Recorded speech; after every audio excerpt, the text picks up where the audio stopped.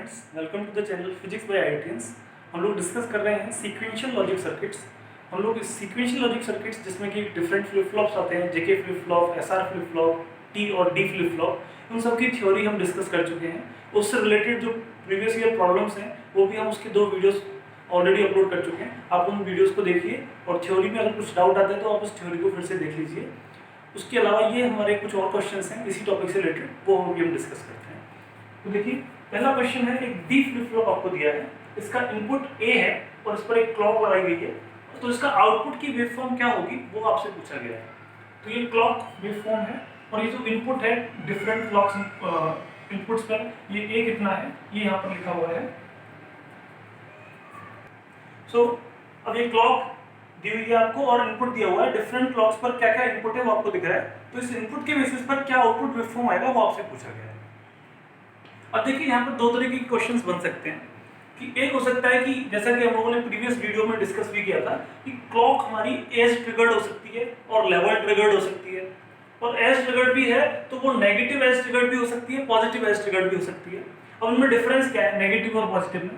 अगर सिंपली आपको इस तरीके से क्लॉक बना के दी जाए, ये क्लॉक आपको दी गई है, तो इसे हम कहते हैं पॉजिटिव एज ट्रिगर्ड। अगर इसी में आपको ऐसे बना के एक छोटा सा सर्कल बना के और तब आपको ये क्लॉक बना के दी जाती तो उसे हम कहते हैं पॉजिटिव एज ट्रिगर्ड। मतलब अगर यहाँ पर एक 0 और होता तो उसे हम बोलते हैं नेगेटिव एज ट्रिगर्ड। अगर ये 0 नहीं है तो इसे बोलेंगे पॉजिटिव एज ट्रिगर्ड। बेसिकली इस क्वेश्चन में इस टाइम पर ये पॉजिटिव एज ट्रिगर्ड है। पॉजिटिव का मतलब जब वो 0 से 1 की तरफ ट्रांजिशन करता है। तो मैंने क्या किया, इस पूरी क्लॉक जो आपको दी गई है उसमें हर जगह पे जहां पर 0 से 1 ट्रांजिशन हो रहा है, ये 0 है ये 1 है, तो 0 से 1 ट्रांजिशन, इसको मैंने नहीं इंक्लूड कर रहा हूं क्योंकि ये 1 से 0 ट्रांजिशन है। फिर से यहाँ पे 0 से 1 ट्रांजिशन, 0 से 1, 0 से 1, 0 से 1। तो जब भी चेंज होगा इस इनपुट, जब भी आउटपुट पर ट्रांसफर होगा, ये तभी आउटपुट पर ट्रांसफर होगा जब मेरी क्लॉक 0 से 1 की तरफ ट्रांजिशन करेगी। अगर क्लॉक 1 से 0 जा रही है तब आउटपुट में कोई चेंज नहीं आएगा। तो देखिए, ये मेरा ए इनपुट है, ए स्टार्टिंग में 0 है, आप देख सकते हैं। जब जब ये नीचे रहेगा वो 0 है, ऊपर मतलब 1, फिर ये देखिए 0 0 0, ये फिर से 1 1, ये 0 0 0, सब 0। डी फ्लिप फ्लॉप का मतलब होता है डेटा ट्रांसमिशन फ्लिप फ्लॉप। इसका मतलब जो इनपुट आप अप्लाई करोगे वही आउटपुट पर ट्रांसफर हो जाएगा। तो देखिए, जब पहली क्लॉक आएगी तो मेरा इनपुट क्या था, 0 था, तो इनपुट 0 था तो मेरा आउटपुट भी एग्जैक्टली 0 आना चाहिए। तो ये मेरी आउटपुट वेवफॉर्म से ABCD ऑप्शंस में जो दी गई है। तो यहाँ पर आउटपुट 1 दे रखा है, इसका मतलब ये मेरा आंसर नहीं हो सकता। इन तीनों में आउटपुट मेरा 1 है, सॉरी 0 है, तो ये तीनों में से कोई एक आंसर मेरा हो सकता है। फिर देखिए, जब नेक्स्ट क्लॉक आई तो फिर से मेरा जो इनपुट है A वो 1 है, इनपुट A 1 है तो आउटपुट भी 1 आना चाहिए। तो आउटपुट देखिए बी ऑप्शन में 0 है, इस क्लॉक पर जो आउटपुट है वो 0 है, इसका मतलब ये आंसर नहीं हो सकता। अब आंसर या तो सी आएगा या आंसर डी आएगा।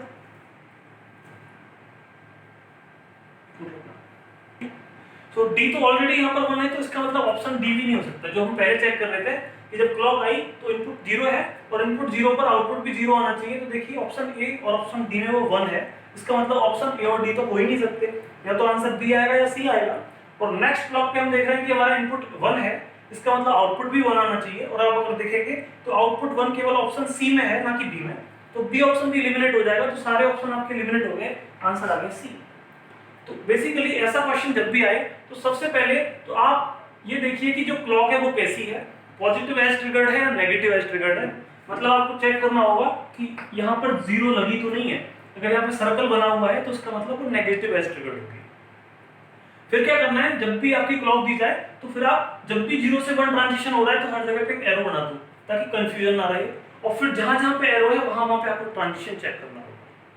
इसी क्वेश्चन को आप दूसरे तरीके से डिस्कस कर सकते हो। मान लीजिए कि यहाँ पर आपको पॉजिटिव की बजाय नेगेटिव एज ट्रिगर्ड दिया जाता, तब आपको ये एरो इधर की साइड ना बना के आपको 1 से 0 का ट्रांजिशन चेक करना पड़ता। हर जगह पे आपको 1 से 0 के ट्रांजिशन पर अपना आउटपुट चेंज करना है।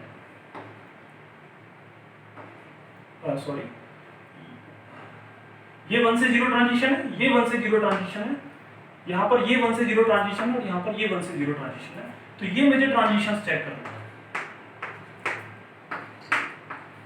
अब देखिए, अगर मैं देखूं तो मेरा यहाँ पे 1 से 0 ट्रांजिशन हुआ, तो इस टाइम पर वो इनपुट को चेक करेंगे, इनपुट हमारा 1 है तो आउटपुट भी 1 आना चाहिए। तो इस केस में मेरा आउटपुट आएगा या तो सी या डी। फिर से नेक्स्ट जब 1 से 0 ट्रांजिशन होगा तो फिर से ये 0 इनपुट है, 0 इनपुट पर जो मेरा आउटपुट है वो 0 आना चाहिए। तो आंसर फिर से सी और डी में से कोई भी एक हो सकता है। फिर आगे जाएंगे, आगे अगर देखें तो आगे यहाँ पे फिर से 1 से 0 ट्रांजिशन हो रहा है, ये 0 है तो आउटपुट फिर से 0 आना चाहिए, और इस ट्रांजिशन पर 0 केवल सी में मिल रहा है। तो बेसिकली नेगेटिव एज ट्रिगर में भी आंसर हमारा सी ही आ रहा है। वो अलग बात है, ऑप्शंस अलग हो सकते हैं, क्योंकि हमें क्वेश्चन में बेसिकली पॉजिटिव एज ट्रिगर के बारे में बोला गया था। तो ऐसे क्वेश्चन को आप इस तरीके से डील कर सकते हैं। नेक्स्ट क्वेश्चन, ये स्टेट डायग्राम से रिलेट करता है। स्टेट का मतलब अगर हमारा आउटपुट प्रीवियस आउटपुट 0 है तो नेक्स्ट आउटपुट क्या आने वाला है। प्रीवियस आउटपुट अगर 0 है 1 है तो नेक्स्ट आउटपुट क्या आने वाला है। इस तरीके से हमें चेक करना होगा इस क्वेश्चन में। तो ये वाला एरो रिप्रेजेंट करता है कि मेरा प्रीवियस आउटपुट 0 था और नेक्स्ट आउटपुट भी 0 आता है। कब? जब मैं x और y को 1 रखता हूँ। ये मेरा एक डी फ्लिप फ्लॉप है, डेटा ट्रांसमिशन फ्लिप फ्लॉप। इस डी फ्लिप फ्लॉप का जो इनपुट है वो पहला इनपुट तो इसके प्रीवियस आउटपुट से ही कनेक्टेड है, ऑलरेडी जो आउटपुट है उसका उससे कनेक्टेड है, और जो दूसरा इनपुट है वो एक x नॉर गेट से आ रहा है। ये x नॉर गेट है, सॉरी ये नैंड गेट है। तो एक नैंड गेट का आउटपुट है वो आपको यहाँ मिल रहा है। अब ये जो नैंड गेट के इनपुट्स हैं वो x और y हैं। तो बेसिकली पूछा गया है कि अगर मैं x और y को 1 1 रखता हूँ और प्रीवियस आउटपुट अगर 0 है तब वो कहाँ पर ट्रांजिशन करेगा। अगर मैं x और y को 0 0 रखता हूँ और प्रीवियस आउटपुट 1 है तब वो कहाँ ट्रांजिशन करेगा। सिमिलरली x और y को 0 0 0 1 या फिर 1 0 रखूँ, प्रीवियस 0 है तो वो 1 पर ट्रांजिशन कर रहा है और प्रीवियस 1 है तो वो 0 पर ट्रांजिशन कर रहा है। इस तरीके से रिप्रेजेंट करता है। तो इसको क्वेश्चन को करने के लिए सबसे पहले हम मान लेते हैं कि हमारा प्रीवियस आउटपुट सपोज 0 है। तो जब प्रीवियस आउटपुट 0 होगा तो यहाँ पे आपका 0 आ जाएगा। अब ये हमारा x और गेट है, और x और गेट में क्या होता है कि अगर एक इनपुट 0 है तो दूसरा इनपुट भी अगर 0 हुआ तब तो ये हमें आउटपुट 0 देगा। अगर दूसरा इनपुट 1 हुआ तो हमें आउटपुट 1 देगा, क्योंकि ये सेम इनपुट्स पर 0 देता है और डिफरेंट इनपुट्स पर 1 देता है। ये हम पहले भी डिस्कस कर चुके हैं x और गेट के बारे में। ये अगर मेरे दो इनपुट्स हैं a और b, ये मेरा आउटपुट है सपोज y, तो a b और y अगर दोनों सेम इनपुट्स होंगे 0 0 या 1 1 तो आउटपुट 0 आएगा, और अगर ये दोनों इनपुट्स डिफरेंट होंगे 0 1 या फिर 1 0 तो आउटपुट 1 आ जाएगा। तो ये मैंने 0 कर रखा है। अब इस इनपुट पर डिपेंड करेगा कि आउटपुट क्या होने वाला है। तो हम कहाँ पे हैं? हम 0 स्टेज पे हैं कि हमारा प्रीवियस आउटपुट 0 है। अब हम देखना चाहते हैं कि नेक्स्ट क्या आ सकता है। अब देखिए, अगर मैं x और y दोनों को 1 रखता हूँ तो मेरा x भी 1 है y भी 1 है, तो नैंड गेट मुझे 0 दे देगा। तो ये दोनों ही 0 हो गए, और जब दोनों 0 होते हैं तो आउटपुट आता है 0। तो इसका मतलब नेक्स्ट आउटपुट 0 आना चाहिए।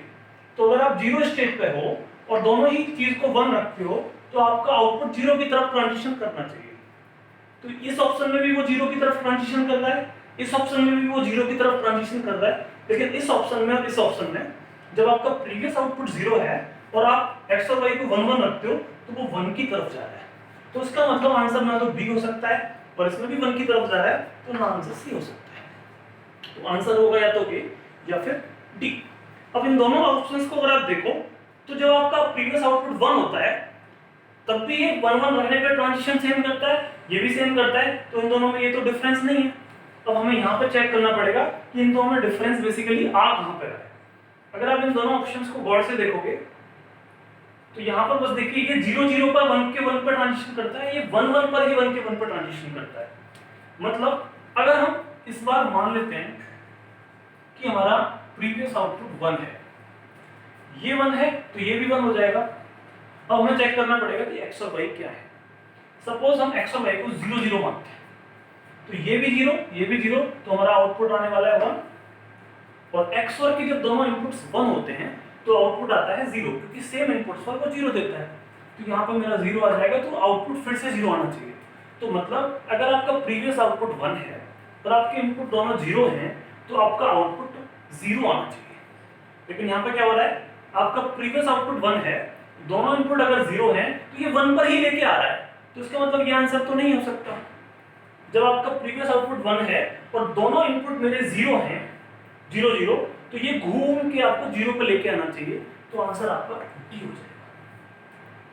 इसको चेक करने के लिए आप एक और तरीका देख सकते हो कि जब आपका प्रीवियस आउटपुट 1 है और जब आप दोनों इनपुट्स को 1 रखते हो, प्रीवियस 1 है तो ये 1 हो गया, दोनों इनपुट्स 1 है, ये 1 तो जो NAND गेट है वो आपको क्या देगा 0, और ये जब दोनों 1 0 रहेंगे ऑल्टरनेट तो आपको 1 मिलने वाला है, तो यहाँ पे आपको 1 मिल जाएगा, तो बेसिकली 1 ही आ जाएगा। मींस अगर आपका प्रीवियस आउटपुट 1 है और आपके दोनों इनपुट्स 1 1 है तो आपका ट्रांजिशन 1 पर ही हो जाएगा, वहीं पे रहोगे, आगे कहीं नहीं जाओगे।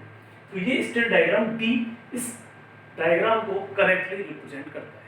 तो ऐसे क्वेश्चंस को करने के लिए आपको ध्यान रखना है ये जो सर्कल के अंदर क्वांटिटी है वो बेसिकली आउटपुट को डिपेंड करती है, और जो सर्कल के ऊपर जो एरो बन रहे हैं उस एरो पे जो नंबर लिखा है वो इनपुट्स को रिप्रेजेंट करता है। ये 1 1 रिप्रेजेंट करता है x और y को, ये 0 रिप्रेजेंट करता है q n को, और ये जो एरो रिप्रेजेंट कर रहा है कि एरो जहां से उठ के कहां जा रहा है, तो इसका मतलब है कि पहले 0 था और वो एरो घूम के फिर वापस 0 पे ही आ रहा है, मतलब नेक्स्ट भी 0 है, 0 था 0 ही रहा, यहाँ पर भी 1 था फिर से घूम के 1 रहा, कब रहा, अगर हम प्रीवियस 1 रखते हैं और x और y को 0 0 रखते हैं तो वो 1 पे आता है, ये रिप्रेजेंट करता है। ये एरो रिप्रेजेंट कर रहा है कि प्रीवियस तो 0 है, लेकिन अगर हम इनपुट को 0 1 या फिर 1 1 रखें तो हमारा वो जो आउटपुट है नेक्स्ट आउटपुट वो 1 चला जाएगा, और ये रिप्रेजेंट करता है कि प्रीवियस 1 है और अगर इनपुट हमारे 0 1 या 1 1 है तो नेक्स्ट आउटपुट 0 आएगा। तो ये इसका बेसिक रिप्रेजेंटेशन है। तो इस तरीके से आप किसी भी लॉजिक सीक्वेंशियल लॉजिक सर्किट के क्वेश्चंस को कर सकते हैं। आज के लिए हमारा इतना ही है। आप इस वीडियो को लाइक कीजिए, अपने फ्रेंड्स के साथ शेयर कीजिए। कोई डाउट आता है तो आप कमेंट सेक्शन में लिख सकते हैं, और भी कोई आपके प्रीवियस ईयर क्वेश्चन से रिलेटेड या फिर किसी भी क्वेश्चन से रिलेटेड क्वेश्चंस हैं तो हमारा एक चैनल है टेलीग्राम पर फिजिक्स बाय IITian नाम से, आप उस पर भी अपने कमेंट शेयर कर सकते हैं, और इस चैनल को सब्सक्राइब कीजिए। Thank you.